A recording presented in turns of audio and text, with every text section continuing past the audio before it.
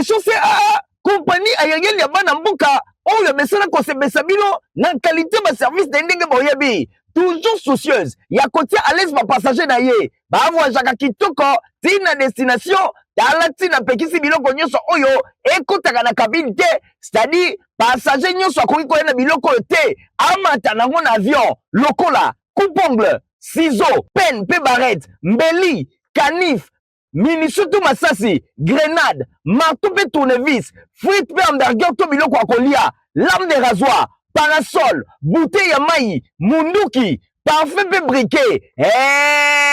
Wana ba recommandation à CAA, polo nango a souhaité bon voyage na ba passager na nyonso. CAA, mfumu ya mapata na RDC. Bon, voilà mon rétro et journal peuple mon colalandi tout à qui binondingue Sénat organisé qui troisième séance plénière en aïe peu fédération il y a CEDER Tchangou organisé qui adhésion massif Asbel synergie pour le Congo organisé qui conférence de bas pour la 66e anniversaire et indépendance et République démocratique du Congo Bolanda. Président Epaya Jean-Michel Samaloukonde Kenge, troisième séance plénière, il y a session extraordinaire, il y a Sénat et Salimaki vendredi. 3 projets à loi, Ezalaki examiné et ratifié. Texte Oyo ratifié, Ezali concerné accord et partenariat économique global. Et l'ongona Émirats Arabes Unis, adhésion à RDC, na Shelter Afrique, puis nouvel accord international sur le cacao. Et l'ongona Émirats Arabes Unis, accord signé le 2 février 2026 na Abu Dhabi, Ezali porter partenariat économique global, puis viser qu'on renforcer les échanges commerciaux, puis faciliter l'investissement émirati à wana RDC. Bosimba na secteur et infrastructure, puis énergie et l'ongona transformation des ressources. Concernant adhésion, il y a RDC, na Shelter Afrique, défendu le ministre d'État, il y a urbanisme et habitat, Alexis Guissaro. Projet à loi Oyo, ils allaient autoriser adhésion à RDC, na Banque panafricaine de développement Shelter Afrique, spécialisé dans le financement et le logement et immobilier. Objectif, ils allaient mobiliser les ressources pour le logement social. Troisième accord, ils allaient comporter le cacao, présenté le ministre du Commerce extérieur, Julien Paluku. Texte Oyo, ils allaient ratifier nouvel accord international na Oyo Tel Cacao, signé le 2 juin 2026 na Côte d'Ivoire. Ils allaient viser à stabiliser le marché mondial ya cacao, puis améliorer les revenus producteurs congolais. Qu'un sénateur Baya qui peut intervenir dans temps où il y a débat général, 3 projets à loi Oyo, ils allaient soumis à vote. Résultat à vote sur 75 sénateurs qui présents pour l'adhésion à Shelter Afrique, 75 voix. Oyo va voter pour 0 contre et 0 abstention. Pour l'accord, il y a Émirats Arabes Unis, 74 voix pour, 0 contre et abstention mon corps. Pour l'accord, il y a Cacao, 74 voix pour, 0 contre et abstention mon corps. Président Jean-Michel Samaloukonde Kenge a déclaré que 3 textes Oyo adoptés et cotés dans l'Assemblée nationale pour la lecture et mis balai avant à suspendre la séance plénière. Avenue Kolumba, na commune Yamasina, et l'attaque lele, ya couleur, ya courant de démocrates rénovateurs, CEDER na mokuse, parti cher ya mwana mboka, Jean-Lucien Boussa Tongba, Bakisela Kaye, Mabeke Maswa, Weekend Eleki, na initiative ya l'homme du terrain, Serge Mbala Lutondo, président fédéral ya Tchangou, Bondi Melanga Awa, Ezalaki Nyata Moninga, Pesenga pardon, Bozwa Iloko Oyo. Objectif ya milulu oyo ezalaki adhésion massive ya fondation Dieudonné Kalama na association Mama Molende pe lisusu ko installer 16 bureaux politiques na coin oyo na kokoma na bango na salle de formation et d'apprentissage ya commune ya Masina Bondi Melanga bayambaki kitoko ndenge kaka bozali komona na présence ya interfédéral maître Jean-Pierre Ndolo Kabengele bakisela kaye double poumon pe ba cadre ya courant de démocrates rénovateurs de président Serge Mbala Lutondo azwaki maloba pona kotalisa na ba nouveau venu que CEDER ya docteur Jean-Lucien Boussa ezali partout na mboka na biso pe ezali bongo kokambama na sénateur Alexis Mondonge Bambulu lokola président AI na tournaye président interfédéral maître Jean-Pierre Ndolo Kabengele amashaki ba mona été na kolobake CEDER ya docteur Jean-Lucien Boussa e kosimba kamindu kite pona koboma bande ko na biso jamais message bien bien reçu na sima adhésion et salemaki ya liboso ya fondation Dieudonné Kalama pe ya mibale association Mama Molende na miso ya président interfédéral basalaki ba formalité nyonso pe na tour na ye alatisaki bango ba écharpe désormais ba komi banzoi CDR ezali parti ya ndeko na biso Jean-Lucien Boussa oyo azali ministre ya na mboka na biso a inspiré biso jeunesse banda ba génération ya kala ti sikoyo tozomona ye na ndenge na ya kokambaka azokamba tellement malamu pe biso bajeune ya Tchangu elongo na fondation Dieudonné Kalama tose décide allié na ye baide na ye malamu oyo azali nango mpo na jeunesse na biso. Na sima 16 quartiers ya coin oyo bandimaki kokota na arche ya courant de démocrate rénovateur kimbanzeke tosilisi toza sikoyo na nzele epi masina avant tokende maluku problème na biso ezali ke tozali komema message oyo ezali simple tolingi tolakisa epai ya bandeko na biso na Tchangu eke façon bango basalaka politike ezala malamu te yango bazokose retrouve te baya kokosa bango na 100 francs lobi moto akotala makambo na bango aza te biso toye tozwa baoyo ya biso bamembre tosala na bango libota moko ya courant de démocrate rénovateur ya Dr Jean-Lucien Boussa Tongwa kuna démocratie eza mutu nyonso esengeli aloba oyo ezali makanisi na ye pe tosali installation ya 16 communes politiques wana ezolakisa ke na Tchangu principalement na Masina balingi parti na bango ezali CDR ya Jean-Lucien Boussa. Serge Mbala Lutondo, l'homme du terrain, Mosala Kitoko Pokalate, stade municipal ya Masina et Kobukana. CDR Tchangu, moto epela, boum.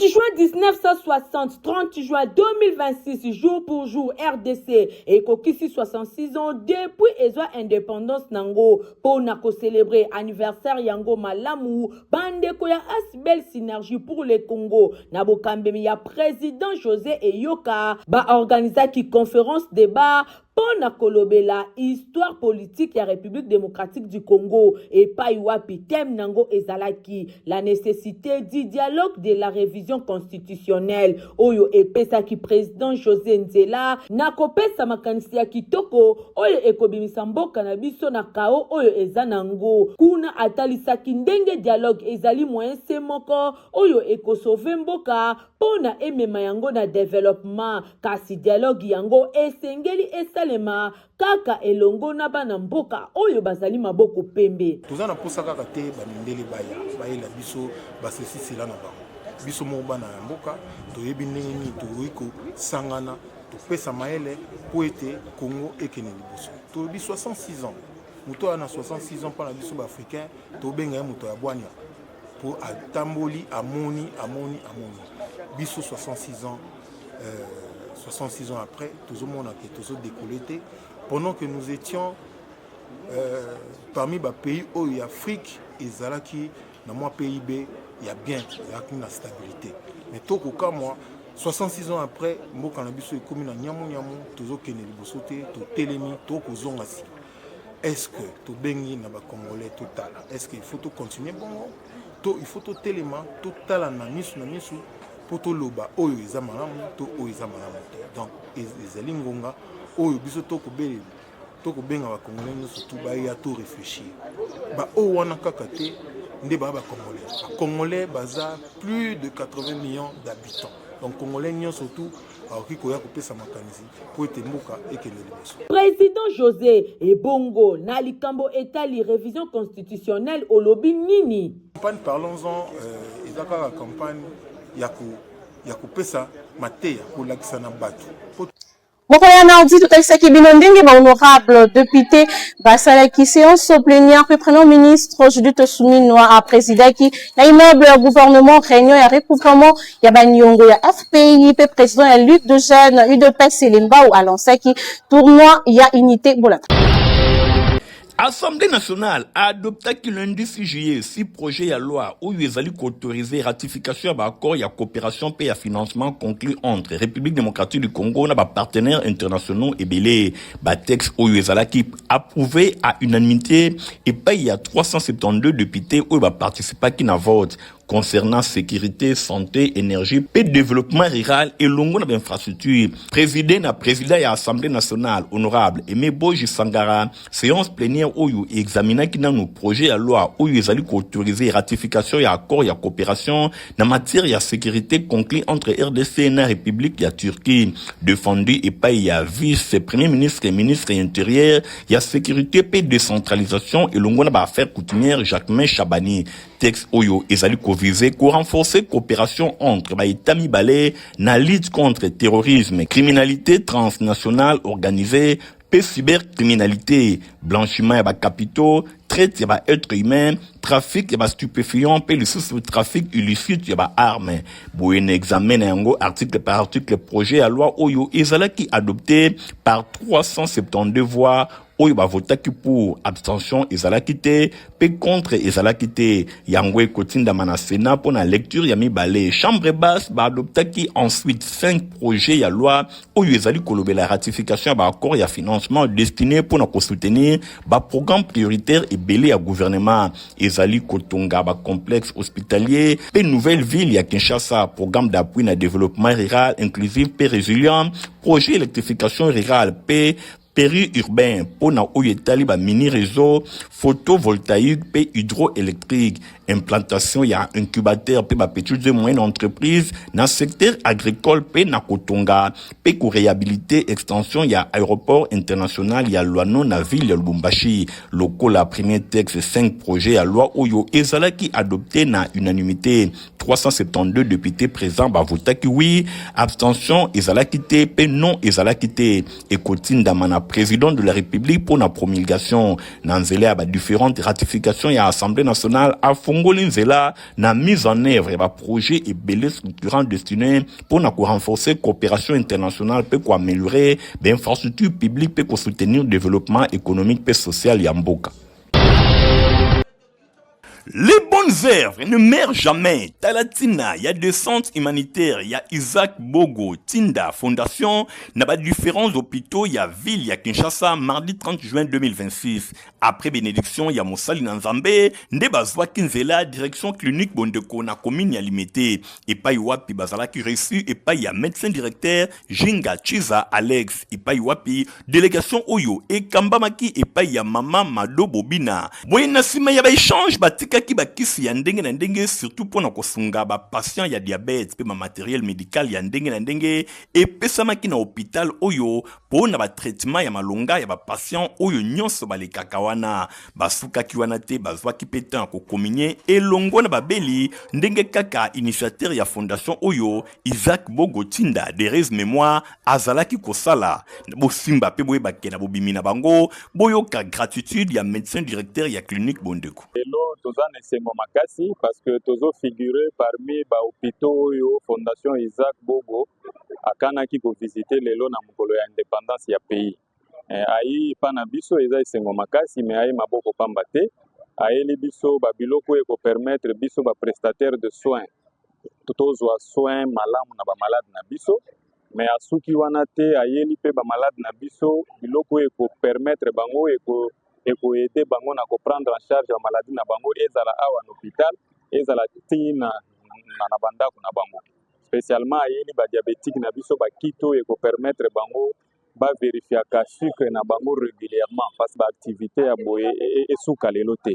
ezala awa na hôpital na biso ezala partout ailleurs to senga na bango ba koba ko continuer na activité ya boye bokanisi esili ten kolongwa wana direction Kasop na commune ya Kasavubu kuna pe bayambamaki na boboto nyonso epai ya médecin directeur José Bokassa awa pe bakabolaki ba matériel pe bakisi ya ndenge na ndenge pona kosunga ba diabétique oyo nyonso balekaka awa bakisa na ba matela ya ndenge na ndenge pona kosunga ba oyo babotaka na maternité wana Sengo Makasi pona fondation Isaac ayeli biso ba appareil oyo tokosala examen ya sucre babantu babelaka diabétique ezalaka mwa motuya kosala examen moko 10 000 francs par jour soki oza na 10 examen okosala 100 000 francs mais fondation Isaac ayeli biso appareil po basala examen gratuitement pour un long moment esengo yango wana ye moko mpe mama Bobina Mado moboti ya initiateur ya fondation oyo apresisaki boye Isaac azalaki mwana oyo azalaki na bolingo na partage azalaki komona kolinga te bato bamona pasi si y a un problème akozala aza na $100 na poche mais kobima nele azonga leloko te apréféra kabela bano ya baefe bano oyo bateka banguba banini donc à partir de là nde na bandeko na ye toyokanaki to continuer mosala ne abandaki kosala azalaki kokende mpe na baorphelinat azalaki mpe na baorphelinat kotika biloko na bano bazangi yango biso mpe tokontinue kaka mosala na ye. Isaac Bogo Tinda Fondation ezali ko continuer ko pérenniser misala kitoko ya initiateur na yango oyo atika biso. Isaac Bogo Tinda forever. Na impulsion ya père politique nae honorable Adolphe Amisi Makutano au cadre ya Union pour la démocratie et le progrès social boye Monsieur Selemba ou Joël Nkosi Musoso président ya Luc de Gênes ya section Selemba aussi lié Azali Kokoba engagement nae en faveur ya encadrement ya jeunesse pe ya promotion ya valeurs citoyennes Bosimba mokolo samedi 4 juillet 2026 a yamba makina ndenge ya kosakanate et pa ya bilenge ya quartier Iradi na occasion à lancement il y a tournoi, il y a unité, na présence il y a cadre et belé il y a UDPS, initiative Oyo, ezali pour na kotombo la cohésion sociale peut vivre ensemble, peut koluka lutter contre ba antivalère, nanzela ya sport. Le lendemain, dimanche 5 juillet 2026, Monsieur Selemba ou Joël Nkosi Musoso a participé à une activité culturelle organisée et pas il y a conseil local, il y a jeunesse, il y a quartier qui poille, empêché, honorable Adolphe Amisi Makutano, azala qui représentait et pas y a fils biologique naye oyo a transmettre qui message de soutien à jeunesse locale bosimba ke au-delà ba discours Joël Nkosi Musoso aleka kimbala moko na action na occasion wana lo ya ba training pe ya enveloppe moko ya malonga et pesamaki et pa ba maman oyo ba pratika kanzango ba jidoka bango pe ba bénéficier ki ba kimono complet ya sika pe na aide moko financière ya malonga pour na ko soutenir ba activité sportive. Donc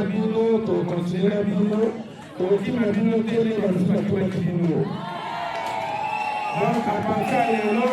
club na bino et là sous affaire on a papa na maman on a la mission na moi et Joël. Donc symboliquement on a eu compter absolument et venir bino pour ça la sport bino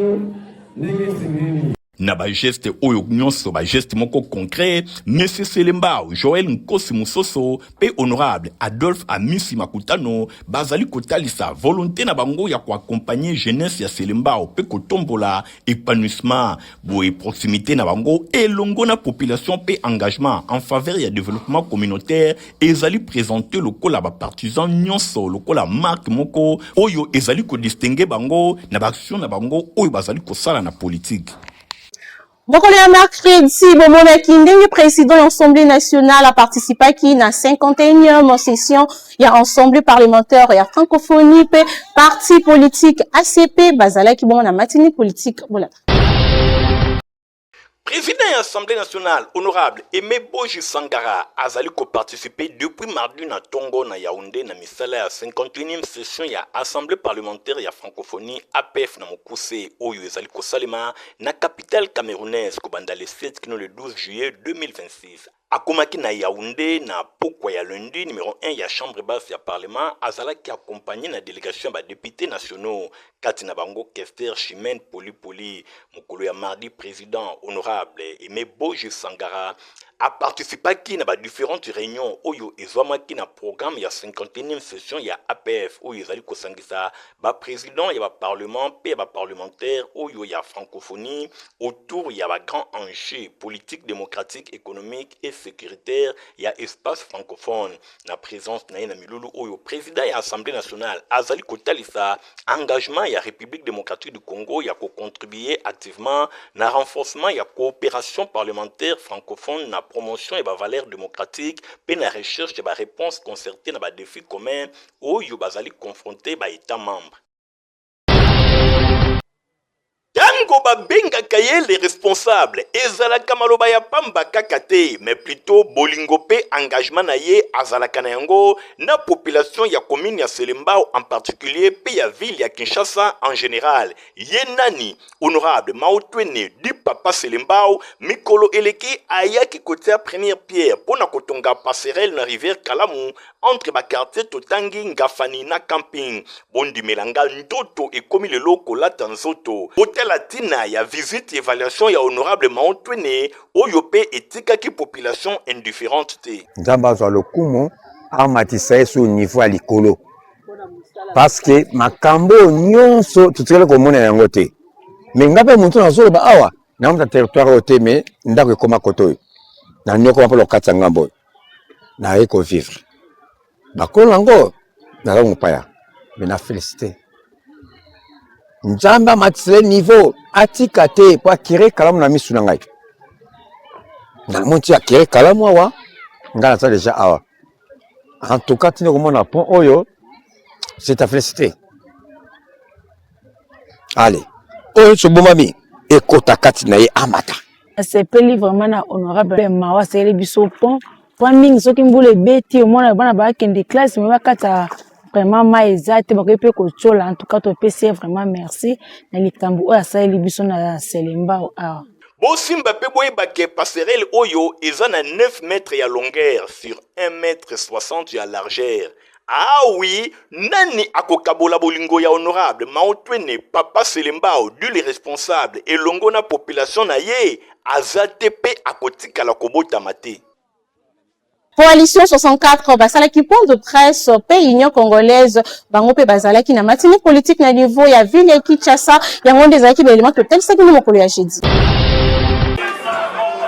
Membre ya coalition 64 C64 na mokuse basanganaki mokolo ya jeudi 9 juillet 2026 na se passe na commune ya Gombe. Boy ba membre nyonso ya présidium bazalaki présent Totangi Lokola, Martin Fayulu Madidi, Jean-Marc Kabund Akabund, Delis Sanga pe bato ya ndenge na ndenge tomonaki pe ba représentant ya parti ya Augustin Matata Ponyo LGD tomonaki pe ba membre to ba représentant ya parti politique Ensemble pour la République ya Moïse Katumbi Chapwe pe ba leader ya ndenge na ndenge objectif ezalaki kosa la restitution ya masolo oyo ebetamaki elongo na président ya Burundi Evariste Ndayishimiye pona oyo etali crise na République démocratique du Congo nde na sima ya réunion point de presse esalemaki epai wapi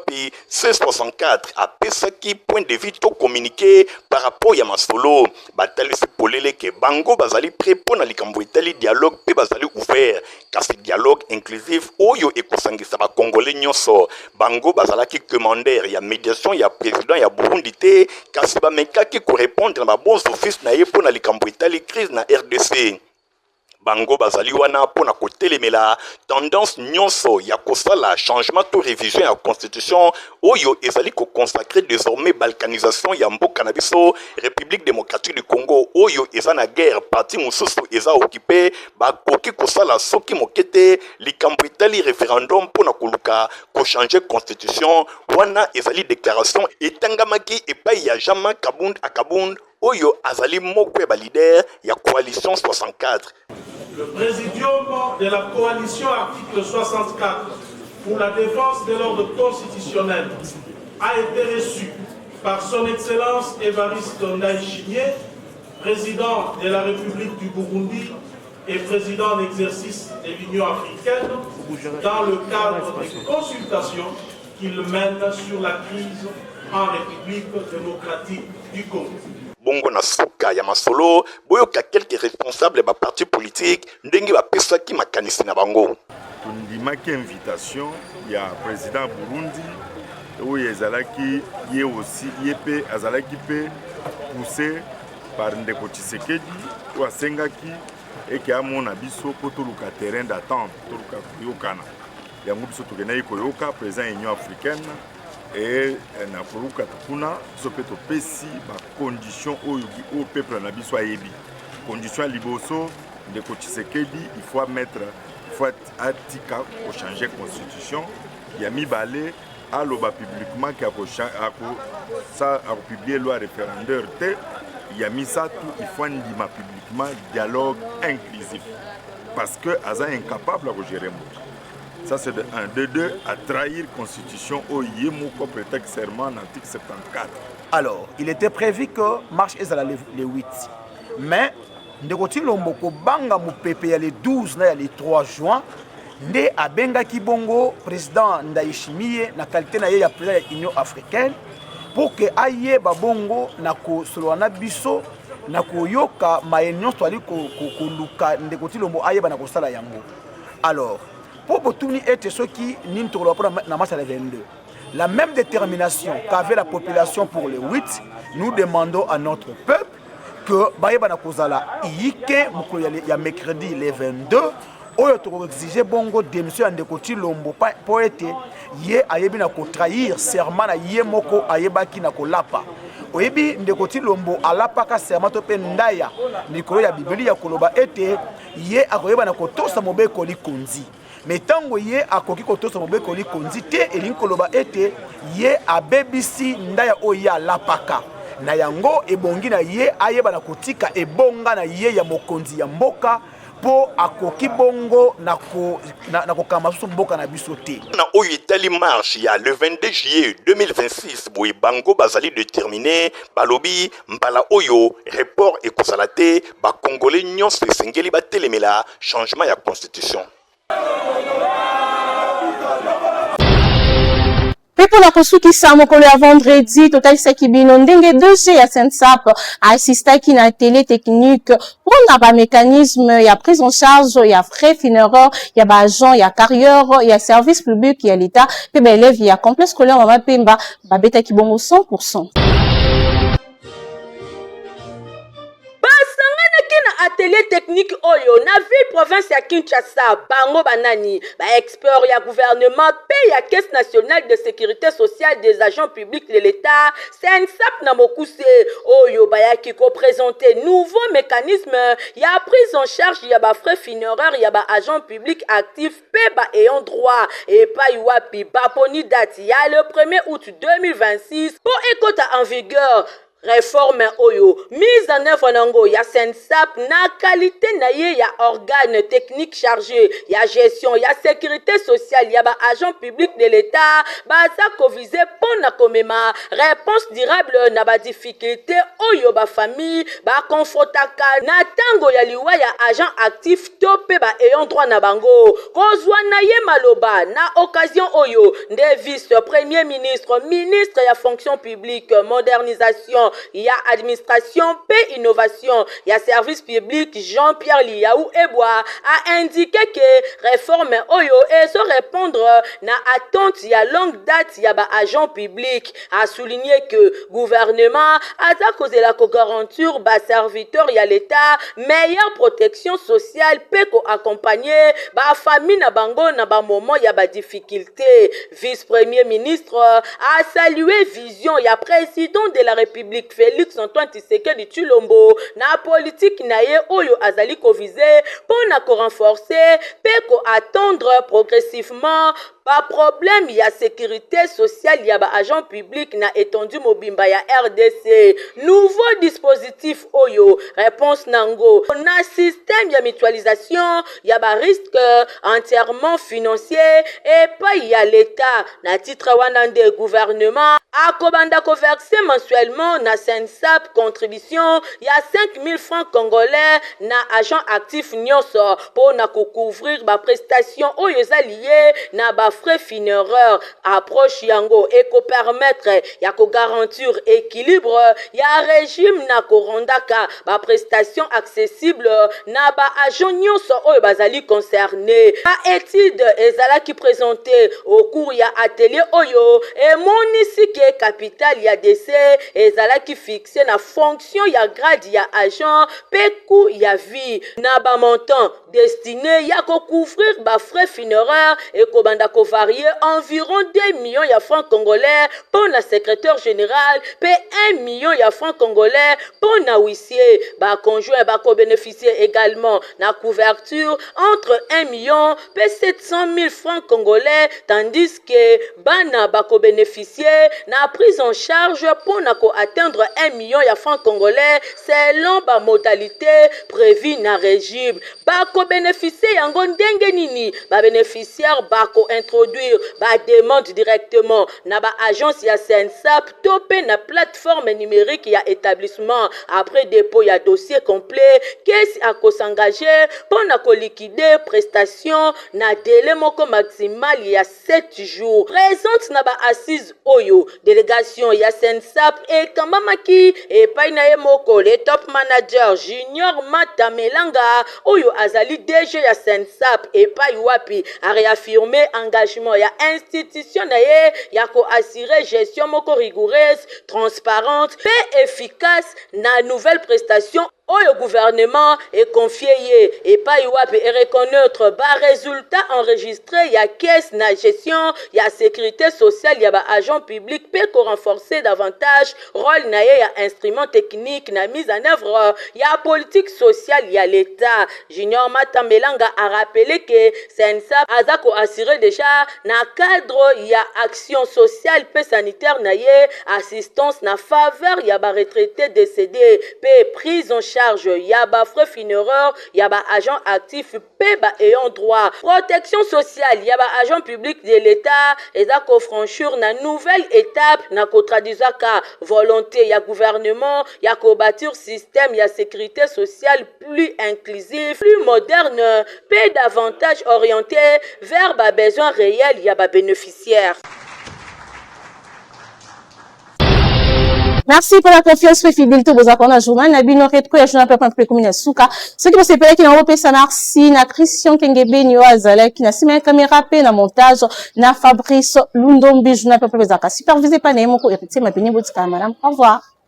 Compagnie africaine d'aviation CAA, compagnie aérienne ya bana mboka oyo mesana ko sebesa bino na qualité ba service d'endenge boyebi. Toujours soucieuse, ya kotia à l'aise ma passager na ye. Ba voyagaka kitoko tina destination talati na pekisi biloko nyonso oyo ekotaka na cabine te, c'est-à-dire passager nyonso akoki koyena biloko te amata nango na avion lokola coupe-ongle, ciseaux, pen pe barrette, mbeli, canif, minisutu masasi, grenade, marteau pe tournevis, frite pe hamburger to biloko akolia, lame de rasoir, parasol, bouteille ya mai, munduki, parfum pe briquet.